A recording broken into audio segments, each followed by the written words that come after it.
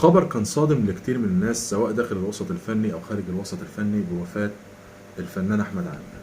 يمكن الفنان أحمد عامر فترة سابقة كانت تربطني بيه زمالة شغل، إن كنا إحنا اشتغلنا سوا فترة كبيرة طبعا.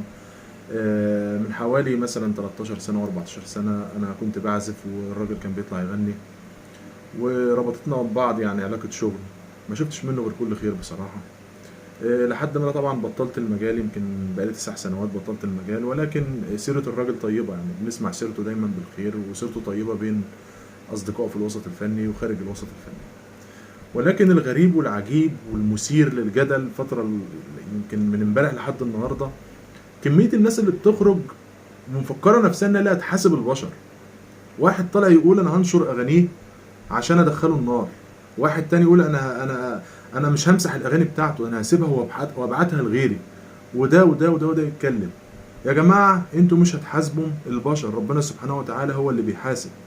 طبعا احنا شئنا ام ابينا نتفق نختلف، عايزين بس نحط مبدأ كده في بداية الفيديو بتاعنا ان الاغاني واللي بيسمع الاغاني والغنى والشغل ده كله ما يرضيش ربنا سبحانه وتعالى، خصوصا لو كان معايا رقاصة بترقص، لو انا شغال في مكان بيقدم خمور وحاجات لا تليق بمكان او تليق بالشخص اللي هو واقف في مكان يغضب الله سبحانه وتعالى. ولكن النفحات اللي ربنا سبحانه وتعالى بيديها لنا بتبقى بصائر نورانية. انا مثلا في فترة من الفترات في 2015 لما توفى الفنان يحيى الاسمر وتوفى الفنان ابراهيم ممدوح، يمكن في الوقت ده كان كشاف كده على عينيا ان انا افوق من الطريق اللي انا ماشي فيه، افوق من طريق انا شايف ان الطريق ده ايام ما كنت انا شغال ان الطريق ده كله تمام وانا ما بغضبش ربنا وما بعملش حاجه حرام، انا ما بشربش حاجه، انا ما بعملش حاجه. ولكن جالي كده كشاف من ربنا سبحانه وتعالى، رساله من ربنا سبحانه وتعالى ان واحد في عز شبابه زي الفنان يحيى الاسمر وكان صديق عزيز برضه، والفنان ابراهيم ممدوح كان برضو من احد العازفين الكبار جدا، وكانوا الاثنين كمان يا جماعه كانوا على خلق، يعني الاثنين كانوا كويسين جدا ومحترمين والوسط كله كان بيحبهم، واتخطفوا في لحظه. ده كان درس، وانا اتغيرت بسبب حاجه زي كده وحادث زي كده غيرني وغيرت طريقي خالص وبعدت عن مجال العزف ومجال الافراح والوسط اللي احنا فيه. انا كل اللي عايز اوصله في الفيديو ان كل انسان بيبقى له علاقه مع ربنا، وليك مع ربنا حته كده امسك فيها، لو بتعمل خير بتطلع صدقات.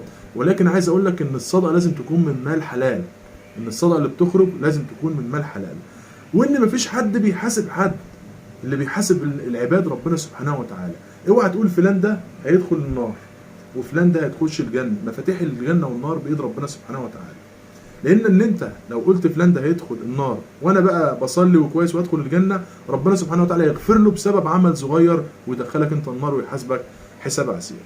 لذلك كانت وصيه الراحل زي ما سمعنا في السوشيال ميديا من مدير اعمال الاستاذ ابراهيم، قال ان كانت وصيته ان هو يحذف الاغاني بتاعته، وطبعا استجابه لوصيته ان دي وصيه ميت لازم تتنفذ.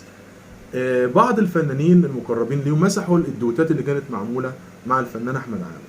الفنان احمد عامر على المستوى الشخصي انسان طيب، انسان خلوق، انسان بيحب الناس، كان صوته جميل، كان الناس بتحبه، اصدقائه المقربين منه واللي ما يعرفوش كمان يمكن كان عنده قبول غير طبيعي. فاحنا بنتكلم في حته ما ينفعش حد يتعداها، ما ينفعش حد يقول ده هيموت ويدخل النار، ده اغانيه تفضل شغاله وهنعمل كذا. الراجل طلب وصيه يا ريت تنفذها له. انت بتحب الفنان وبتحب انك كنت بتسمع الاغاني بتاعته، والراجل طلب وصيه يا ريت ما تسمعهاش بقى بعد وفاته، يعني يا ريت تلبي له. دي وصيه راجل قبل ما يتوفى، ما تعرفش السر اللي بينه وبين ربنا ايه. ورساله جايه لنا كلنا نتغير، احنا مش كلنا ماشيين على الصراط المستقيم، كلنا عندنا ذنوب وكلنا عندنا اخطاء سواء جوه الوسط الفني او خارج الوسط الفني. انت بتعمل ايه؟ اصحاب القنوات الكبيره، اصحاب اللي بيصوروا بالفيديوهات وعندهم قنوات كبيره بارقام مهوله، راجعوا نفسكم شويه. الناس اللي شغاله في المجال وبتخرج للساحل وبيبقى فيهم وراهم رقصات وراهم حاجات تغضب ربنا، راجعوا نفسكم شويه. يجي اكلم واحد يقول لي اصل انا اهم حاجه الكلمه تبقى طالعه مظبوطه، انا ما بقولش كلام خارج. يا جماعه راجعوا نفسكم شويه. كل انسان له ما له وعليه ما عليه، فدع الخلق للخالق، سيب الخلق للخالق. في نهايه الفيديو احنا بنترحم على الراحل الفنان احمد عامر، ربنا يا رب يرحمه ويغفر له ويسكنه فسيح جناته ويصبر اهله ويصبر اصدقائه واصحابه والناس المقربين. ربنا ان شاء الله يرحمه. ويا ريت يا جماعه الرساله تكون وصلت في الفيديو. شكرا.